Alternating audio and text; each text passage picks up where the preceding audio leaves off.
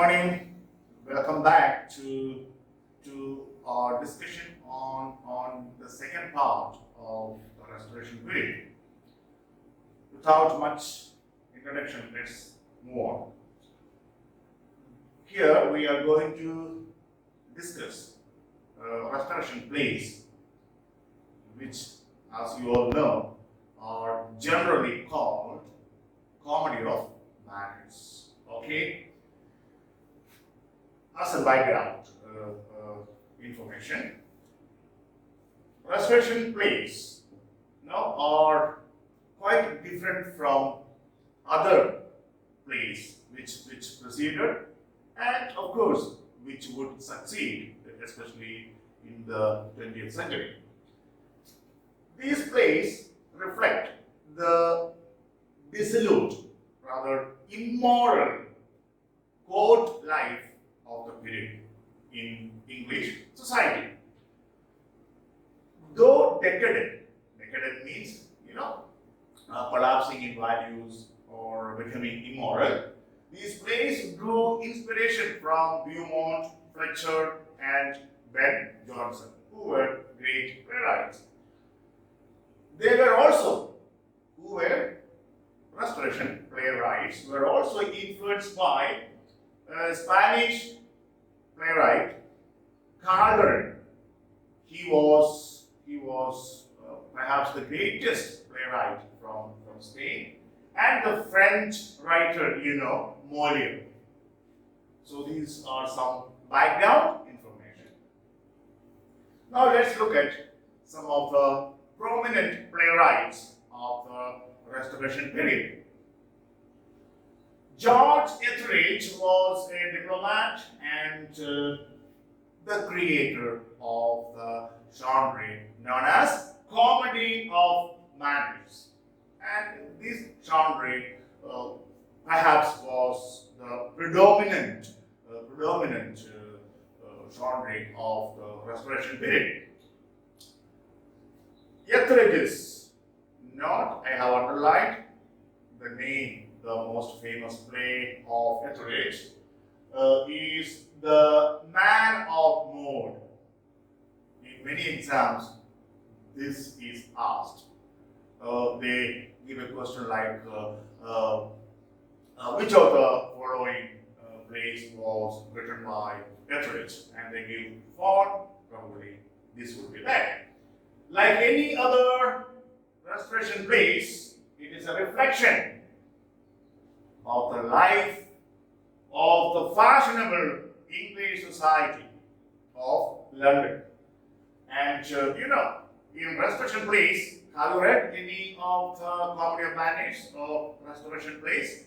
If you read, what do you find there? The general themes are love, marriage, illicit love affairs, disloyalty, unfaithfulness, hypocrisy, the hunt for money, hookups and breakups. These are the major themes of the Restoration plays or comedy of manners. The play revolves around the misadventures of Mr. Dorrimond, not the name of the protagonist in The Man of Mode. And then, of course, he is a very seductive man and he gets involved with not one, not two, more than that, maybe 3 ladies here. But there are some subplots which also really invite our attention. Okay, this is just the gist. You must read the play or at least the summary to enjoy a comedy of manners genre plays. Okay. Next one, Afra Bang. She was one of the first English women to earn a living by writing. From examination point of view, this is very, very important. She wrote both plays and novels.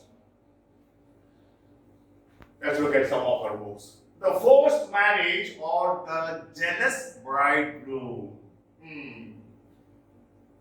What does the play explore? The play explores the freedom of choice in marriage. Women those days actually didn't have enough freedom in choosing their life partner. Whatever the parents imposed upon them, they had to choose. They had no choice of their own. They had no individual autonomy or freedom. Okay, now this is the theme here. The theme of the play is the conflict between love and social status.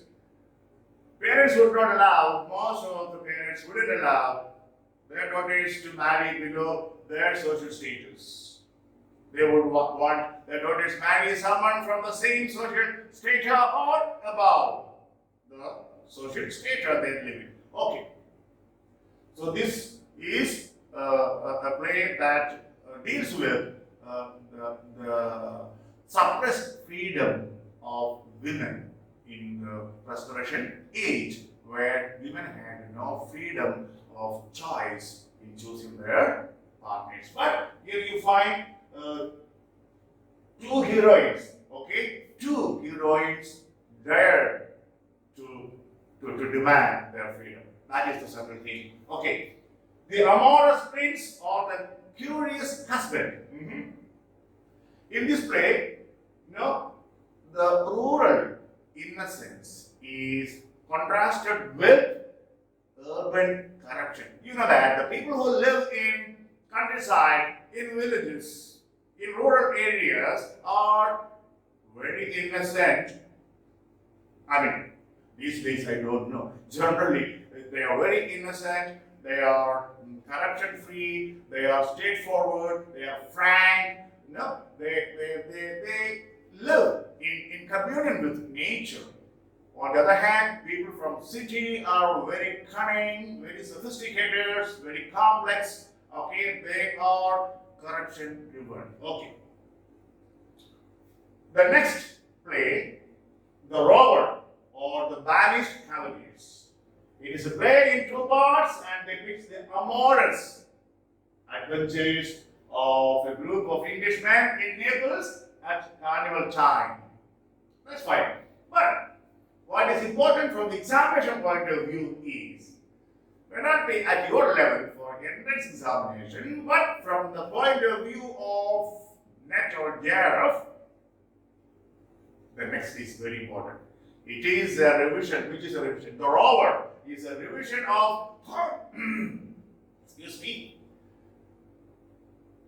It is a revision of Thomas Killigreaves' play Thomaso, which means the wanderer. That is important from the examination point of view. So the Rover is based on Thomas Killigreaves' play Thomaso or the wanderer. This is important from the examination point of view. Perhaps her greatest, most celebrated work is Orunoko. It sounds as if from Africa, right? Okay, good.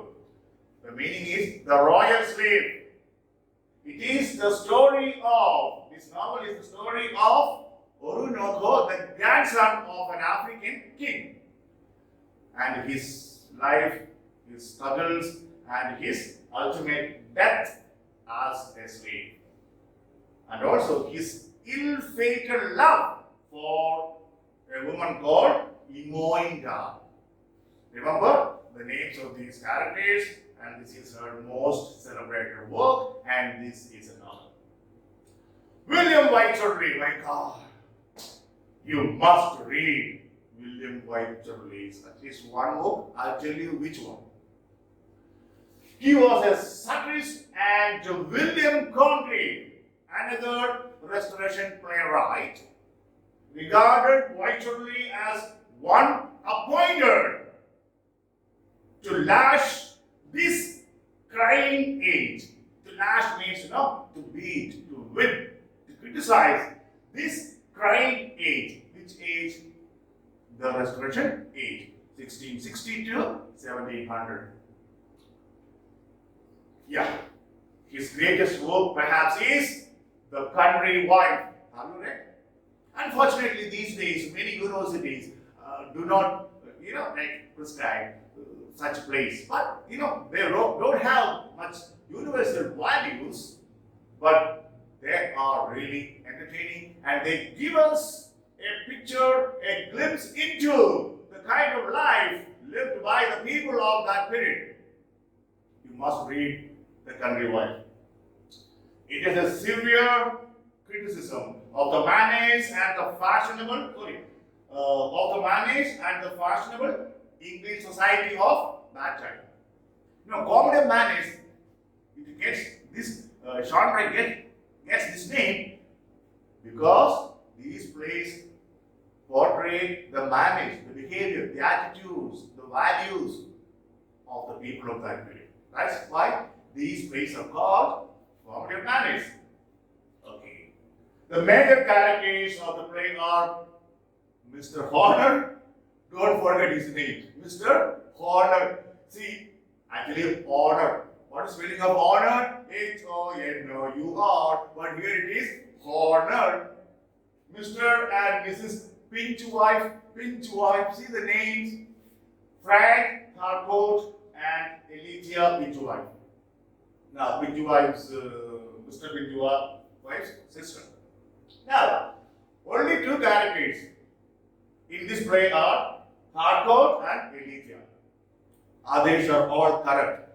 Now, Mr. Horner, this Horner was a womanizer. Okay, Horner is a womanizer, and the husbands of the society are very hesitant to send their wives into any gathering where Horner is present because he is a womanizer.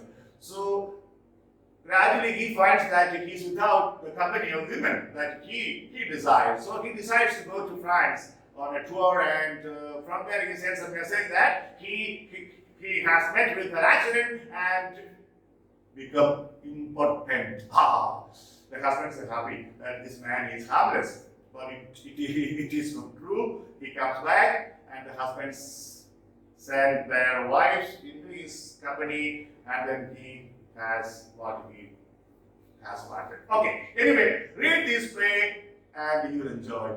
Enjoy means not these days, but the humor, the dialogue, and the plot will really be intriguing.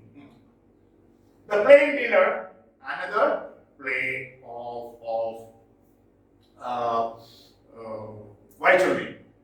Now, this is generally considered his finest work. But, okay, The Country Wife is more celebrated than The Plain Dealer, along with The Country Wife. So, The Plain Dealer, The Country Wife, you cannot forget these two names, please, from examination point of view. Both written by William Wycherley. Again, the themes are the same. People, the manners, the hypocrisy, okay, and the infidelity, and the greed for money. These are the themes. The title character is the misanthropic Captain Manley. Remember this name from examination point of view, from the Plain Dealer. Thomas Durfee. He was an important innovator and contributor in the evolution of the ballad opera. From examination point of view, that's important. His play, The Injured Princess. This is important. Durfee's The Injured Princess is an adaptation of Shakespeare's play Cymbeline. These are the things, these questions that is asked to trap the students. From where a particular test is or a work is adapted or on which a particular work is based, all these kinds of questions they ask to trap the students, especially at JRF and Nettler. Okay, he wrote the little plays. Oh, very prolific indeed. His plays include important. The Fond Husband, The Virtuous Wife. These two are important. Please remember from the examination point of view. And One Rays in the Sun or The Kingdom of the Birds. Let's forget about those two. but the first two important. John Van Brugh. Is the name familiar? He was an architect, dramatist, and was one of the leading figures of the English, what is that? Baroque movement. Understand what it is? In simple words, it was an architectural style. A style in architecture. Using contrast, using deep colors, sharp colors, etc. That's all. If you want to know more about Baroque movement, go ahead and to do some research. But he was an architect and associated with this particular movement, Baroque movement. Let's see some of his books. The Relapse or Virtue in Danger.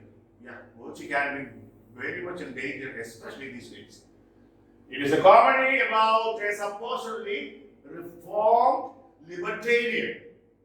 Remember the name? Loveless. And his ever patient and loyal wife, Amanda. Who is a libertarian? A libertarian is one who thinks that an individual must have complete freedom and the government should not put any limits on his or her freedom. That's it. This play is important, and the character Loveless is also important. Protagonist. The provoked wife. Oh God, don't provoke wives. Marital discord is the central theme of the play. Naturally, the title itself indicates that, suggests that. It speaks witty, humorously about marriage, infidelity, and the suppression of women by men.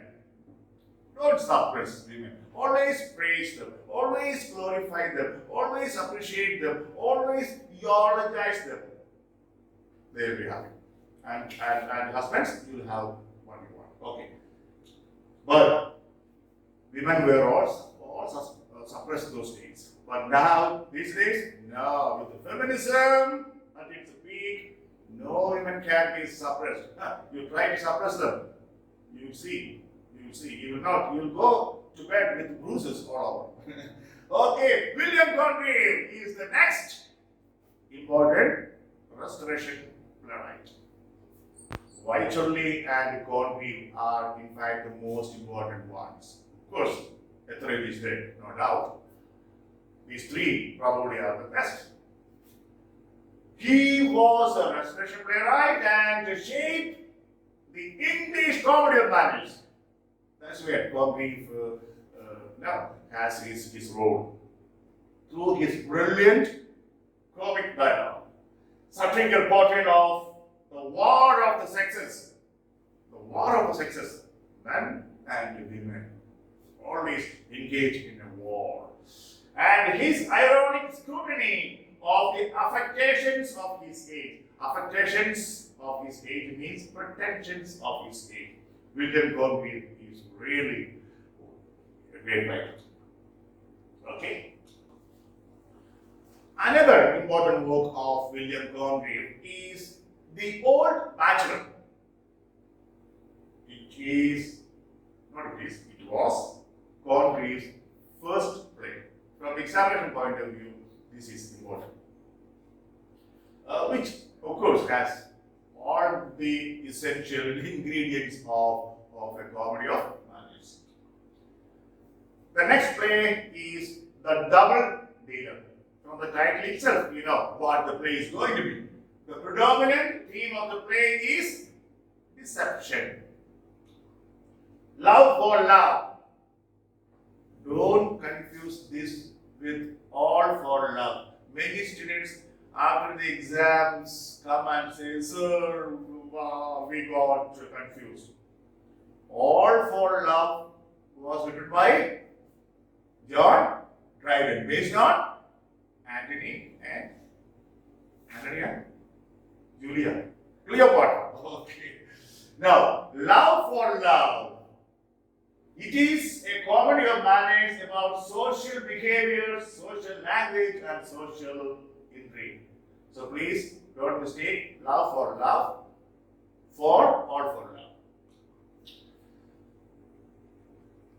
I think the best play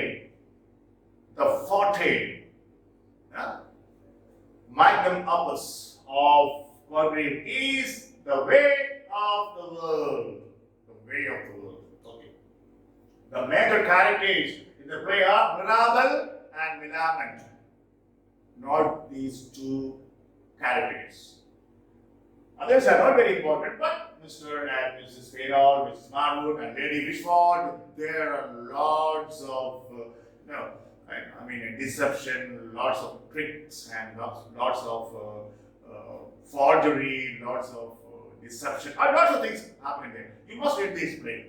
And very often questions are asked, especially about the characters, Mirabel and Millamant, who will ultimately get married. At least read the summary of the play, even if you cannot read the entire play. But you won't enjoy a restoration play by reading summary, because they basically depend upon dialogues, witty dialogues, humor, satire, etc. The Morning Bride, it is his only tragedy. From the title itself, it's clear. The Morning Bride. It is the source of the lives. Now, that's important. It is from this play you have these two famous quotes. Music has charms. Music has charms to soothe a savage breast. Means a savage man, a brutal man. And heaven has no rage like love to hatred turn, nor hell a fury like a woman scorned. What does it mean? See, if love is turned to hatred, then I tell you, this is a terrible thing. That just like if a woman is scorned, her hatred would be more hellish than hell. Okay. Jeremy Collier, he was not a playwright. He was a very religious person. He has been called the Shakespeare of divines, a man who lived and thought quite differently from the majority of the people of the London society of the Restoration period. And a kind of Spencer in a castle. He was a priest, okay, a religious person. He was an English critic, a non-juror bishop and a theologian who refused to swear oath of allegiance to the state. Who is a non-juror bishop? Non-juror bishop means a priest. A bishop is a bishop who refused to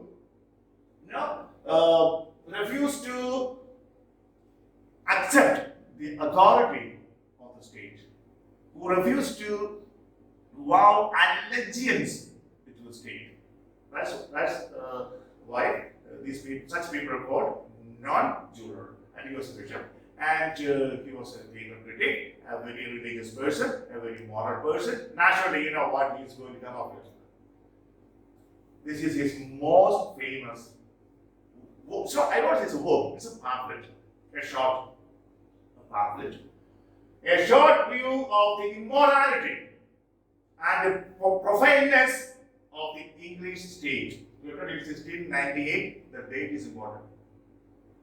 In many exams, this is asked. Jeremy Collier's pamphlet, a short view of the morality and the profaneness of the English stage, 1698.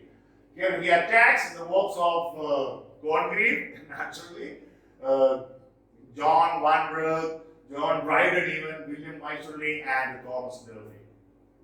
Okay, all these playwrights are attacked in this pamphlet because, according to Collier, they do not conform to traditional morality.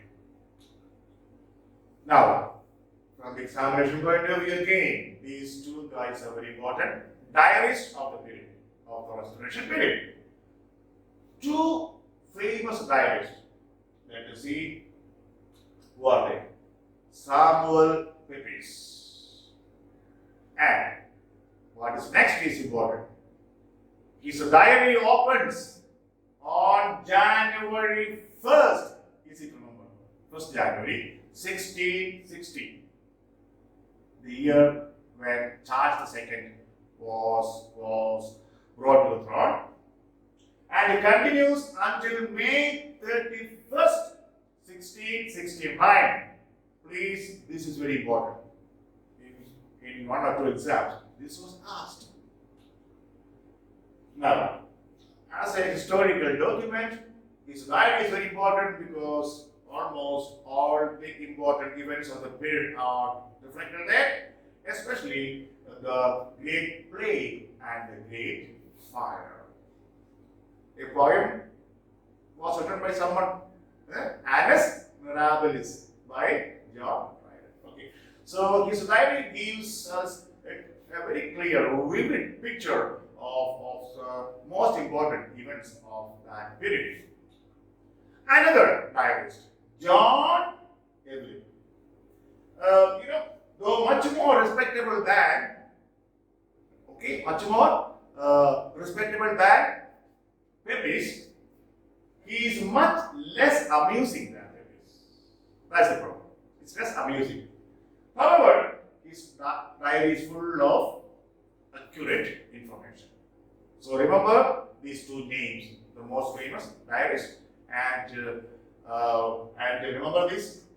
When does Samuel Pepys open his diary, and when does he close it? That's important. Okay, that's all about Restoration period, part 2. Now, as usual, let's look at a famous opening line from a famous novel. As Gregor Samsa awoke one morning from uneasy dreams, he found himself transformed in his bed into a gigantic insect. This is how this book, Metamorphosis by Franz Kafka. The novel Metamorphosis by Franz Kafka opens with this famous line. Just imagine when you wake up one morning, you find yourself turned into a bed bug. God forbid. Okay, this is a famous opening line, and very often this is asked in the exam. Then that's all for today. Till we meet for the next lesson, take care, be happy, eat well, sleep well, and study well too.